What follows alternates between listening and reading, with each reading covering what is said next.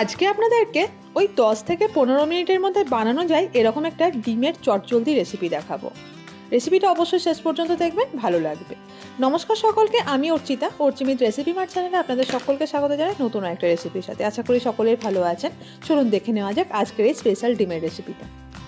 একটা কড়াইয়ে নিয়ে নেব 1 টেবিল চামচ পরিমাণে সরষের তেল। এখানে 2টো সেদ্ধ করা ডিমকে দিয়ে দিলাম কড়াইয়ের মধ্যে। ডিমগুলোকে ছোটো ছোটো ফুটো করে নিয়েছিলাম যাতে করে নুন আর হলুদটা খুব ভালোভাবে ঢুকে যায় ডিমের মধ্যে। এরপরে অল্প একটু পরিমাণে নুন আর হলুদ দিয়ে ডিমটাকে ভালোভাবে ভেজে নিতে হবে। খুব বেশি ভাজবো না, ওই 1 মিনিট মতো ভেজে নেবো চারদিকটাকে লাল লাল রং করে। ডিমের এই রেসিপিটা বানাতে গেলে ডিমটাকে একটু ভেজে নিলে বেশ সুন্দর খেতেও লাগে আর দেখতেও খুব সুন্দর লাগে। যাই হোক, 1 মিনিটের মতো ডিমটাকে ভেজে নিয়ে তুলে নিলাম একটা প্লেটের মধ্যে। এবার ওই তেলের মধ্যে দিয়ে দিলাম একটা মিডিয়াম সাইজের পেঁয়াজকে এরকম ছোট ছোট করে কুচি করে। পেঁয়াজটাকে 1 থেকে 1.5 মিনিটের জন্য একটু ভেজে নিতে হবে, যতক্ষণ পর্যন্ত না একটু ট্রান্সলুসেন্ট কালার আসছে ততক্ষণ পর্যন্ত। তারপরে অল্প একটু পরিমাণে আদা থেঁতো এবং রসুন থেঁতো করে দিয়ে দিলাম, আর 1 থেকে 2টো লঙ্কাকে ভেঙে দিয়ে দিলাম। 1 থেকে 1.5 মিনিটের জন্য আবার সমস্তটাকে ভেজে নেব এবং তারপরে দিয়ে দেবো একটা মিডিয়াম সাইজের টমেটোকে এরকম ছোট ছোট করে কুচি করে।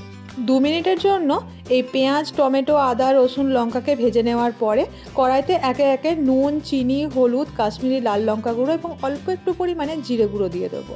নুন এবং চিনিটা কিন্তু অবশ্যই আপনারা আপনাদের স্বাদ অনুসারে দেবেন। বারে বারে অল্প অল্প করে জল দিয়ে সমস্ত মশলাটাকে কিন্তু বেশ কিছুক্ষণের জন্য কষিয়ে নিতে হবে, ওই ধরুন 3 থেকে 4 মিনিটের জন্য। আর জল দিতে এই জন্যই বলছি যাতে মশলাটা ভালোভাবে কষা হয়, পুড়ে না যায়। এরকমভাবে জল দিয়ে দিয়ে ভালো করে দেখুন মশলাটাকে কিন্তু আমি কষিয়ে নিয়েছি এবং টমেটোটাও এখন গলে গেছে। যতক্ষণ পর্যন্ত না সমস্ত মশলার কাঁচা গন্ধটা চলে যাচ্ছে ততক্ষণ পর্যন্ত এটাকে কষিয়ে নেওয়ার পরে দিয়ে দেবো ওই হাফ বাটি পরিমাণে জল। আপনারা ঠিক যেরকম গ্রেভি চান সেরকম অনুযায়ী কিন্তু জলটা অ্যাড করবেন। জলটা অ্যাড করার পরে ঢাকা দিয়ে 5 মিনিটের জন্য ফুটতে দেবো এবং যখন 5 মিনিট পরে ভালোভাবে ফুটে যাবে মশলাটা তখন কিন্তু দিয়ে দেবো আগে থেকে ভেজে রাখা ডিম 2টো। ডিমের এই রান্নাটাই একটুখানি ধনেপাতা দিলে কিন্তু বেশ সুন্দর খেতে লাগে, তাই আমি একটু ধনেপাতা কুচি দিয়ে দিলাম এবং তারপরে ধনেপাতাটা এবং ডিমটাকে ভালোভাবে গ্রেভির সঙ্গে মিশিয়ে নিয়ে ঢাকা দিয়ে ওই 2 মিনিট মতো ফুটতে দেবো, যাতে করে ডিম এবং ধনেপাতার খুব সুন্দর একটা ফ্লেভার গ্রেভির মধ্যে চলে আসে এবং এটা খেতে খুব সুন্দর লাগে। আর দেখুন 2 মিনিট হয়ে গিয়েছে। খুব ভালোভাবে একবার এরকম করে ডিমের সঙ্গে গ্রেভিটাকে নাড়াচাড়া করে নিয়ে গ্যাসের ফ্লেমটাকে অফ করে দেবো। ব্যাস তৈরি হয়ে গিয়েছে আমাদের আজকের স্পেশাল এই রেসিপিটা, ডিমের লাল ঝাল কষা।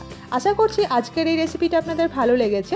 কেমন লেগেছে অবশ্যই কমেন্ট বক্সে লিখে জানাতে ভুলবেন না, আর যদি বানান তাহলেও কীরকম হয়েছিল সেটাও কিন্তু জানাবেন। ভালো লাগলে অবশ্যই রেসিপিটা লাইক শেয়ার করবেন। ভালো থাকবেন, সুস্থ থাকবেন, দেখা হচ্ছে নতুন একটা রেসিপিতে।